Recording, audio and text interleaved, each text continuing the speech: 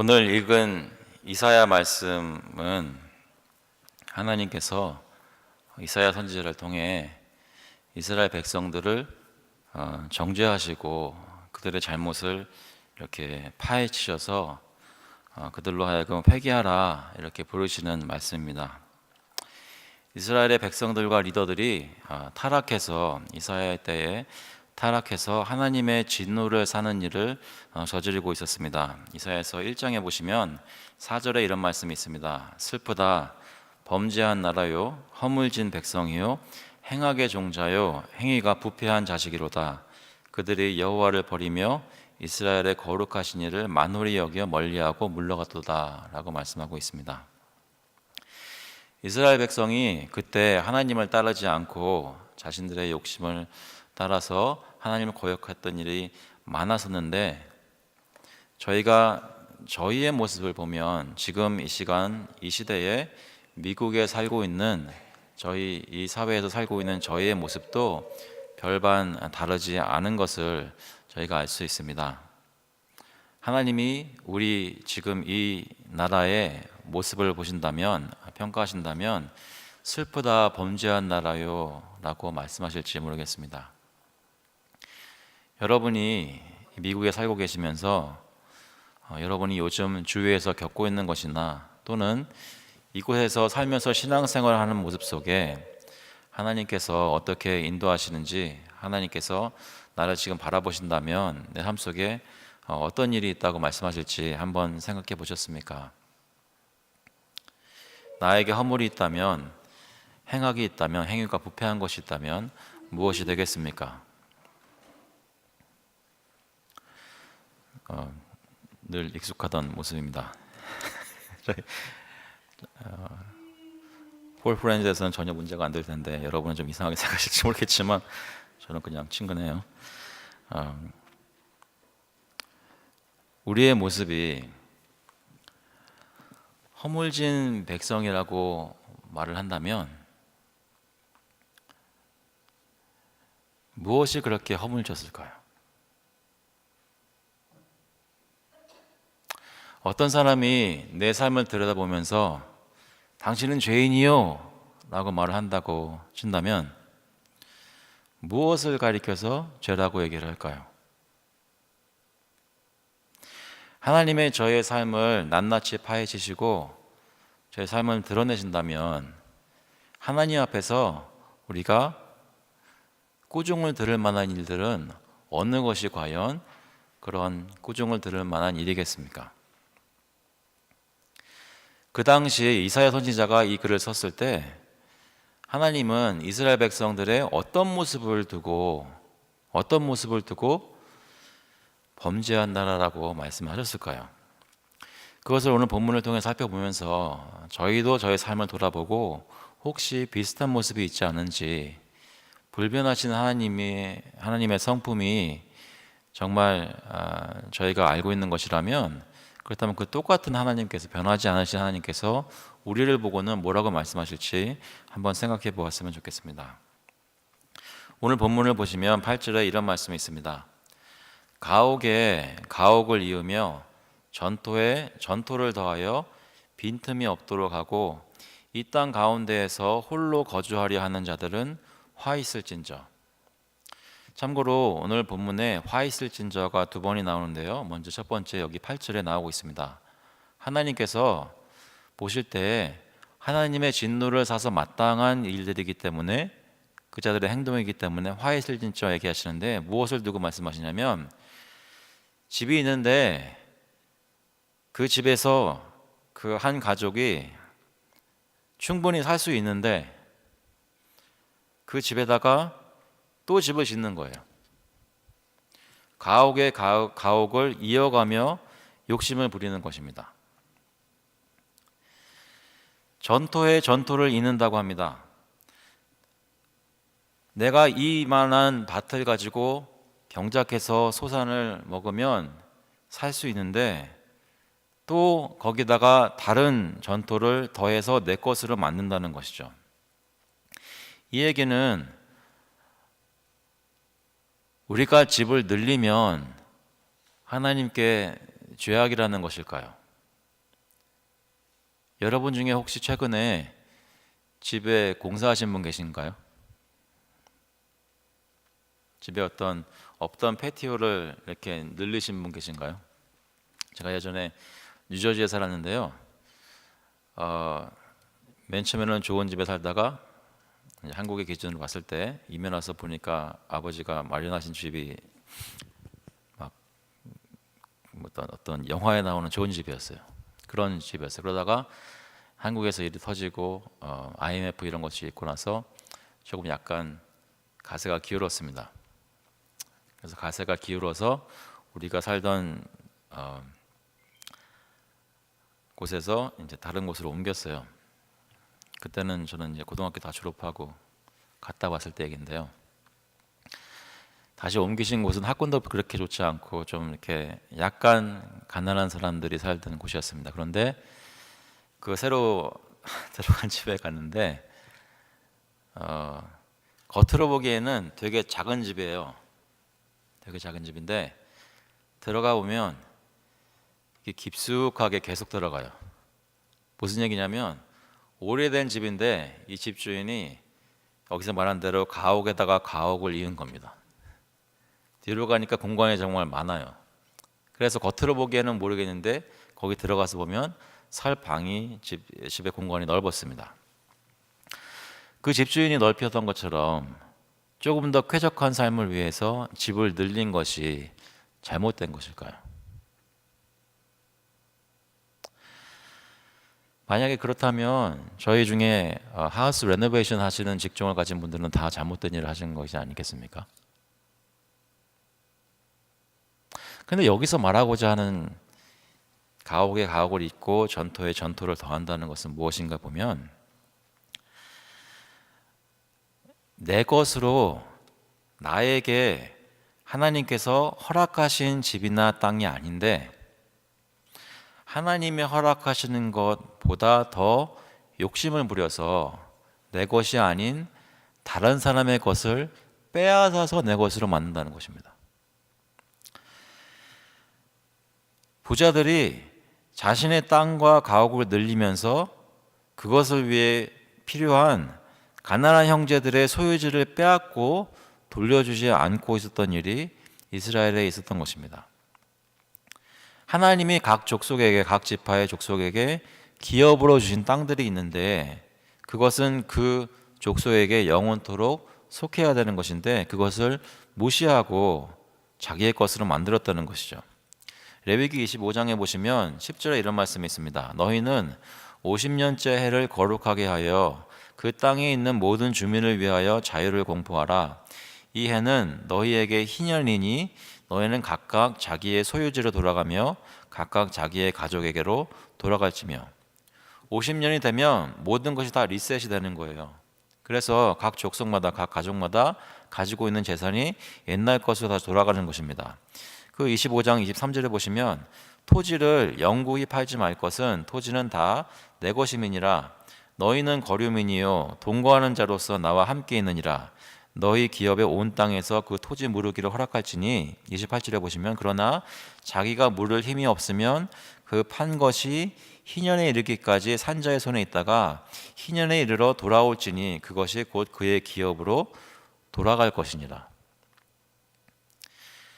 사람이 열심히 일하고 살다가 일이 잘 안 풀려서 돈이 없어지고 돈을 빌리게 되고 빚지니까 팔고 또 팔아서 가지고 있던 땅이 다 없어져도 50년이 지나면 몇 세대가 지나면 다시 그 가문의 원래 땅이 돌아오도록 하신 것입니다.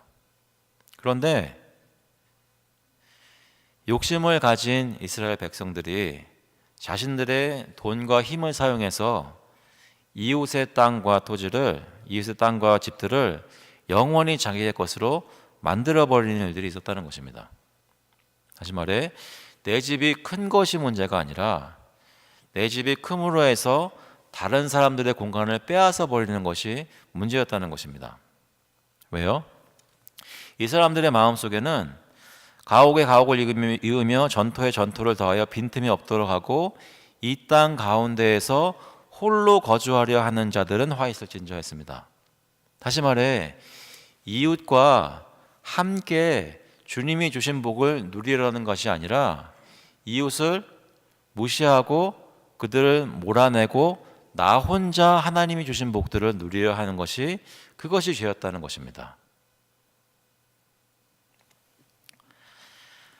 그런 일들을 행한 사람들에게 하나님께서 심판을 하시는데 뭐라고 하시냐면 9절에 만군의 여호와께서 내 귀에 말씀하시되 정령이 허다한 가옥이 황폐하리니 크고 아름다울지라도 거주할 자가 없을 것이며, 큰 집을 만들어서 더해서 자기가 혼자 자기 가족들만 채우고 살려고 누리려고 살았는데 정작 그 큰 집에 살 사람이 없게 만드신다고 말씀하십니다.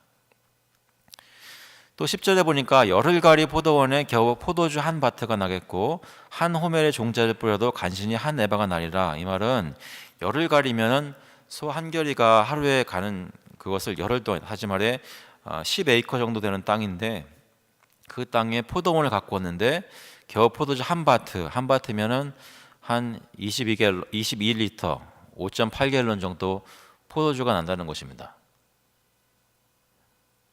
10에이커의 땅에서 갤런 5개 나오는 거예요. 언제요? 전토에 전토를 더해서 이웃과 나누지 않고 자기만 차지하려고 하는 사람들의 소산이, 밭의 소산이 그렇다는 것입니다. 한 호멜의 종자를 뿌려도, 한 호멜은 10바트입니다. 10에바인데 씨를 한 호멜을 뿌렸는데 그 추수한 곡식이 그 씨의 10분의 1밖에 안 되는 한 에바가 거두어진다는 것입니다. 하나님께서 심판하시는 모습이 그 욕심을 가진 자들이 구하려고 했던 것을 본전도 못 찾게 만들어 버렸다는 것이죠.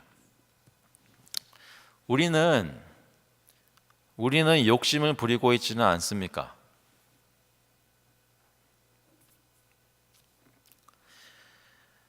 우리에게 필요한 것, 만족할 만한 것 외에 내 자신을 위해 더 원하고 남들로부터 더 빼앗지는 않습니까? 최근에 어떤 제 목회진에 계시는 한 분이 뉴스를 많이 보시나 봐요. 그래서 저에게 얘기해 준 게 있는데 어떤 큰 회사가 이 노던 버지니아에 들어온다고 합니다. 그러면서 그 큰 회사에서 일하시는 분들은 봉급을 많이 받기 때문에 그 많이 받는 돈을 많이 버는 사람들의 수준에 맞춰서 그 동네에 집값이 막 올라가는 거예요. 그러면 원래 집을 가지고 있던 사람들은 집값이 뛰어서 이득을 본다고 생각하겠지만 집을 소유하지 못하고 렌트로 살던 사람들은 더 이상 거기 살 수가 없는 거예요. 꼭 노던 버지니아까지 안 가도 볼티모어에서도 그런 일들이 있습니다. 10년 전에 제가 살던 필라델피아에도 그런 일들이 있었습니다. 가난한 사람들이 겨우겨우 집주인에게 어느 정도의 돈을 몇백 불씩 내면서 살다가 동네가 개발이 되고 소득이 많은 사람들이 들어오고 더 좋은 레노베이션을 한 집들을 지어가면서 그 지역에 살려고 돈을 내놓으면서 살다 보니까 거기 원래 살던 사람들이 내몰린 거예요.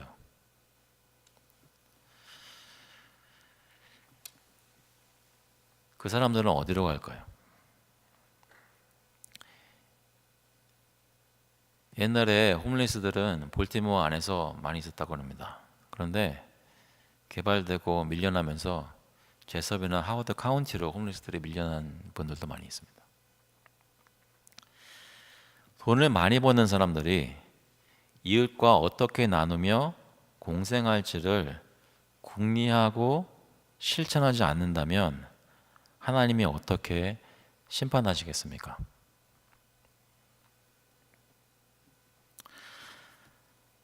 이 시점에서 한 가지 생각을 해봐야 할 것이 있죠. 저희가 집에 집을 이은 것을 기억하면 가장 먼저 떠오르는 게 프라모스 센터입니다. 최근에 큰 공사를 해가지고 있던 건물에 이은 건물이 저기 프라모스 센터예요. 아까도 말씀드렸지만 집이 커지는 것 자체가 죄가 아닙니다. 만약에 우리가 이 건물을 지어서 주변에 있는 교회들이나 다른, 그러니까 주변에 있는 교회에 잘 다니고 있는 교인들을 뺏어와 가지고 우리 교회에 채우고 다른 교회는 씨가 마르면, 그리고 그런 일들은 여러분 미국에 종종 있습니다. 그런 일을 하면 이 땅 가운데에서 홀로 거주하려 하는 자들은 화 있을진 자라는 말을 듣지 말라는 법이 어디 있습니까? 그러면 프라모스 센터를 지은 것이 잘못된 것일까요? 여러분 트레일러에 한번 가보셨어요? 애들이, 제가 예전에 샘 목사님이었나요? 그때 어디 잠깐 가셨을 때 대신 설교하러 들어갔거든요. 여름인데 트레일러에 100명이 찼어요. 근데 딱 들어서는 순간 다시 나오고 싶었어요. 남자애들 냄새가 너무 많아가지고 도저히 들어갈 수가 없었는데 들어갔어요. 그러면서 갑자기 이해가 됐어요. 아, 뭔가를 짓긴 져야 되겠구나 이해가 됐어요. 건물을 지은 것이 잘못은 아닙니다. 그러나 그 건물을 어떻게 사용하는가는 굉장히 중요한 일입니다. 이 건물을 사용해서 이웃을 몰아내는 것이 아니라 이 지역에 있는 교회들을 살리는 데 일조를 한다면 하나님께서 화 있을진저가 아니라 복이 있을진저 하신단 말입니다. 그러나 만약에 그렇게 하지 않고 다른 교회들을 생각하지 않는다면, 그렇다면 분명히 화가 있을 것입니다. 왜요? 여기 크고 아름다울지라도 거주할 자가 없을 것이며 말씀하고 있기 때문입니다. 우리는 욕심을 부리고 있지는 않습니까? 어떤 사역을 하고 어떤 사업을 하는 것이 베풀기 위해서 하는 것입니까? 저희는 가지고 있는 비전은 분명히 이웃을 사랑하고 나누는 데 비전이 맞추어져 있습니다. 실제로 우리는 그것을 실천해 나갈 것입니까? 그것뿐만이 아니라 11절에 보니까 아침에 일찍이 일어나 독주를 마시며 밤이 깊도록 포도주에 취하는 자들은 화 있을진저. 그들이 연회에는 수금과 비파와 소고와 피리와 포도주를 갖추어서도 여호와께서 행하시는 일에 관심을 두지 아니하여 그의 손으로 하신 일을 보지 아니하노다. 아침부터 일어나자마자 독주와 연회에 취한 사람들을 얘기합니다. 잠언 23장에 보니까 이런 말씀이 있습니다. 29절에 재앙이 네게 있느뇨, 근심이 네게 있느뇨, 분쟁이 네게 있느뇨, 원망이 네게 있느뇨, 까닭 없는 상처가 네게 있느뇨, 붉은 눈이 네게 있느뇨, 술에 잠긴 자에게 있고 혼합한 술을 구하러 다니는 자에게 있느니라.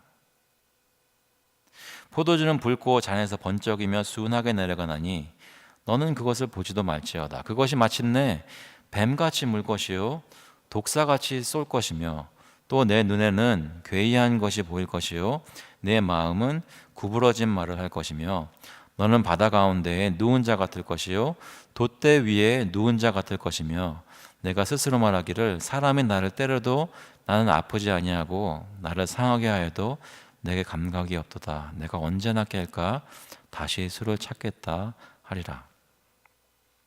이사야서 56장 12절에 보시면 오라 내가 포도주를 가져오리라. 우리가 독주를 잔뜩 마시자. 내일도 오늘같이 또 크게 넘치리라 하느니라. 하나님이 주신 예술과 재능과 아름다운 음악과 미술을 사용해서 우리 자신의 눈을 채우고 귀를 즐겁게 하고 그것에 취하여서 하나님으로부터 멀어지고 있는 이스라엘 백성들이었습니다. 그들이 하나님의 진노를 산 이유는 무엇입니까? 여기 12절에 보니까 여호와께서 행하시는 일에 관심을 두지 아니하여 그의 손으로 하신 일을 보지 아니하노다 말씀합니다. 무엇이 하나님의 행하시는 일입니까? 하나님께서는 열방을 심판하시고 자신의 백성을 부르시고 그들을 통해 구원자를 보내시고 그를 순종함으로 하나님의 나라가 이루어지게 하시는 일을 하나님께서는 처음부터 하고 계셨습니다. 이 땅을 하나님을 알고 사랑하고 섬기는 사람들로 채우기 위한 하나님의 구원 사역을 하나님께서 하셨다는 것입니다. 그 하나님 나라의 일은 자기 백성이 하나님의 성품으로 하나님의 정의와 공의를 베풀므로 보여지게 됩니다. 그러나 이스라엘 백성들은 그 일을 행하였음에도 불구하고 하나님의 그러한 일에는 관심이 없고 하나님의 정의와 공의의 일에는 관심이 없고 자신들이 즐거움에 빠져서 자신들의 모습 속에 취하는 일만 즐거워했다는 것입니다. 그때 하나님께서 어떻게 심판하십니까? 13절에 보니까 그러므로 내 백성이 무지함으로 말미암아 사로잡힐 것이요 그들의 귀한 자는 굶주릴 것이요 무리는 목마를 것이라. 그러므로 스올이 욕심을 크게 내어 한량없이 그 입을 벌린즉 그들의 호화로움과 그들의 많은 무리와 그들의 떠드는 것과 그 중에서 즐거워하는 자가 거기에 빠질 것이라. 여느 사람은 구풀이고 존귀한 자는 낮아지고 오만한 자의 눈도 낮아질 것이로되. 모든 사람들이 낮아지게 되는 일을 이스라엘 백성이 경험하게 되었습니다. 스올이 입을 벌려서 연회의 취한 자들을 삼키게 되었습니다. 무지한 백성들 사로잡히고 귀족이 굶주리고 무리가 목마를 것이라고 말씀하셨습니다. 이것이 자신의 욕심을 찾고 자신의 즐거움에 취해 살던 이스라엘 백성에게 하나님께서 진노하시며 정죄하시던 심판이었습니다. 그런데 이러한 이스라엘 백성의 모습과 대조되는 모습을 16절에서 말씀하십니다. 뭐라고 말씀하시냐면 오직 만군의 여호와는 정의로우심으로 높임을 받으시며 거룩하신 하나님은 공의로우심으로 거룩하다 일컬음을 받으시느니 그때에는 어린 양들이 자기 초장에 있는 것 같이 풀을 먹을 것이요 유리하는 자들이 부자의 벌어진 밭에서 먹으리라. 만군의 여호와는 높임을 받으시게 될 것입니다. 그 이유는 여호와 하나님께서는 정의로우시기 때문입니다. 거룩하신 하나님은 거룩하다 일컬음을 받으실 것입니다. 그 이유는 하나님께서는 공의로우시기 때문입니다. 하나님의 정의와 공의가 이루어지는 때가 되면 그때는 힘이 없는 어린 양들이 자기 초장에 있는 것 같이 풀을 먹을 것입니다. 유리하는 자들이 부자의 벌어진 밭에 와서 먹을 것입니다. 흩어졌던 백성들이 다시 한번 모이게 되는 역사가 하나님의 정의와 공의가 행해질 때 일어난다는 것입니다. 다시 한번 생각해 보시면 이스라엘의 패역한 모습은 무엇이었냐 보니까 이웃을 돌보면서 함께 하려 하지 않고 자기의 욕심을 부리면서 이웃을 몰아냈던 사람들이었습니다. 하나님의 일에 관심을 두지 않고 방탕한 것에 마음을 쏟는 사람들이었습니다. 그런데 그 이스라엘의 패역한 모습과는 정반대로 하나님께서 자신의 모습을 보여주시는데 하나님의 정의와 공의를 드러내시고 세상의 어린 양과 불쌍한 자들을 구원하신다는 것입니다. 그것을 미가서에서 2장에서 이렇게 얘기합니다. 12절에 야곱아 내가 반드시 너희 무리를 다 모으며 내가 반드시 이스라엘 남은 자를 모으고 그들을 한 처소에 두기를 보스라의 양떼같이 하며 초장의 양떼같이 하리니 사람들이 크게 떠들 것이며. 하나님의 때가 이르면 하나님께서 흩어져서 압제당하던 하나님 백성들을 다 모으셔서 하나님의 귀하고 좋은 것으로 먹이시는 날이 이른다는 것입니다. 무엇이 이스라엘의 패역한 모습과 하나님의 놀라운 모습을 대조시키고 있습니까? 그것은 바로 하나님의 정의와 공의인 것입니다. 무엇입니까? 이웃과 함께 지내려 하는가? 그리고 하나님의 것을 즐거워하고 하나님이 하시는 일에 관심을 가지고 있는가? 그것이 패역한 모습과 복을 받는 모습을 대조시키는 기준이 된다는 것입니다. 다시 말해 이웃을 돌보고 함께 하나님을 즐거워하는 것이 하나님의 정의요 공의라는 것입니다. 그것을 원하지 않고 행하지 않는 이들을 심판하시고 그것을 원하고 행하는 이들을 세우시는 것이 바로 하나님의 통치이고 하나님의 나라인 것입니다. 믿으십니까? 하나님의 나라는 다른 것이 아니라 하나님의 백성 가운데 소문을 듣고 찾아온 이웃들과 밖에 있는 사람들이 정말로 하나님 백성의 사랑을 느끼고 그곳에서 함께 없던 사람들이 와서 하나님의 풍성함을 즐거워하게 되는 것, 그것이 하나님 나라라는 것입니다. 여러분, 저희 가운데에서는, 이 교회 안에서는, 여러분의 가정과 여러분의 일터에서는 그러한 하나님의 나라가 경험되고 있습니까? 그 하나님의 나라는 이미 저희에게 임하셨습니다. 예수 그리스도를 통해서 하나님의 나라가 이미 도래하였습니다. 로마서 3장 21절에 보니까 이제는 율법 외에 하나님의 한 의가 나타났으니 율법과 선지자들에게 증거를 받은 것이라. 곧 예수 그리스도를 믿음으로 말미암아 모든 믿는 자에게 미치는 하나님의 의니라고 말씀하고 있습니다. 예수 그리스도께서 나타나셔서 압제받는 자, 가난한 자, 죄 가운데 죽어있던 자기 백성에게 구원을 가지고 찾아오셨습니다. 누가복음 4장 16절에 보니까 예수께서 그 자라나신 곳 나사렛에 이르사 안식일에 늘 하시던 대로 회당에 들어가사 성경을 읽으려고 서심해 선지자 이사야의 글을 들이거늘 책을 펴서 이렇게 기록된 대로 찾으시니 곧 주의 성령이 내게 임하셨으니. 여러분께 성령이 임했을 때 여러분 어떤 일을 하셨습니까? 예수님은 이는 가난한 자에게 복음을 전하게 하시려고 내게 기름을 부으시고 나를 보내사 포로된 자에게 자유를, 눈먼 자에게 다시 보게 함을 전파하며 눌린 자를 자유롭게 하고 주의 은혜의 해를 전파하게 하려 하심이라 했더라. 이 말씀을 선포한 후에 21절에 보니까 예수께서 그들에게 말씀하실 때 이 글이 오늘 너희 귀에 응하였느니라 하시니. 어떻게 응하였습니까? 예수께서 찾아오신 것입니다.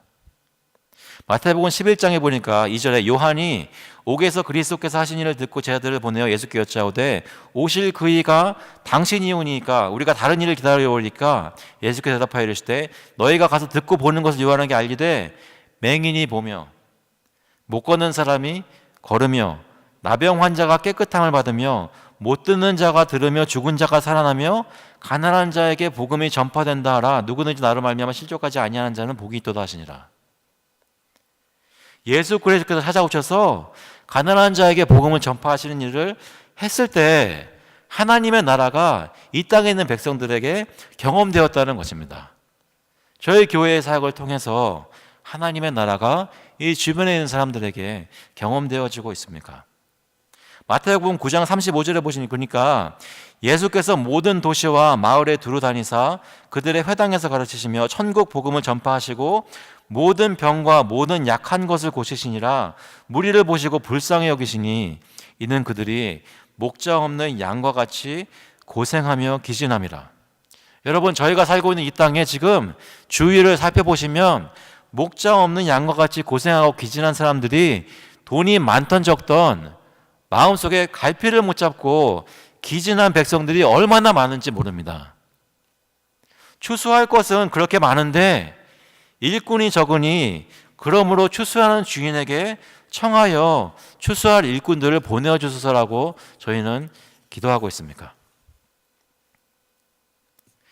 요한복음 6장 39절에 보니까 나를 보내신 이의 뜻을 행하려 함이니라. 나를 보내신 이의 뜻은 내게 주신 자 중에 내가 하나도 잃어버리지 아니하고 마지막 날에 다시 살리는 이것이니라.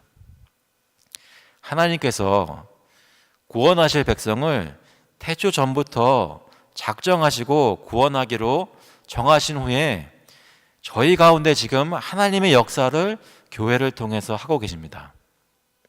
하나님께서 일꾼들을 보내셔서 압제받는 자들에게 예수 그리스도의 복음을 전파하게 하시고 그들의 마음을 열어서 주님을 알게 될 때 굶주리던 사람들이, 영적으로 갈급해하던 사람들이 예수 그리스도를 알고 하나님을 즐거워하게 되는 일들이 일어날 때 바로 하나님의 나라를 경험하게 되는 것입니다. 저와 여러분은 요즘 하나님의 공의와 정의를 그런 모습으로 경험하고 있습니까? 지금은 하나님의 정의와 공의, 다시 말해 하나님의 마음으로 이웃을 돌보고 그들을 싸매고 먹이고 잠잘 곳을 제공하고 그들과 함께 하나님의 말씀을 공부하면서 하나님을 함께 예배하는 것을 즐거워하는 하나님의 참된 백성들이 함께 모여서 그 하나님의 나라의 정의와 공의를 드러내면서 하나님 나라를 증거할 때입니다.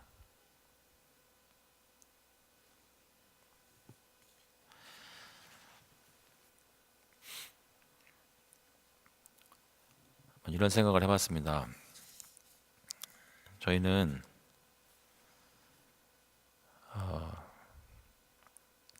금요일이 되면